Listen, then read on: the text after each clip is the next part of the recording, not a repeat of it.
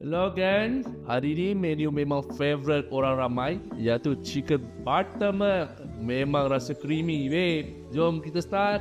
So first kita sapukan kajun spice dekat ayam, sedikit garam dan kita letak chop bawang putih sedikit dan daun kari. Next kita letak minyak sedikit dan kita grill ayam tu sampai luar dia crispy tapi dalam dia juicy. Dah siap grill tu, kita angkat dan kita masukkan dalam oven selama 15 minit 180 Celsius.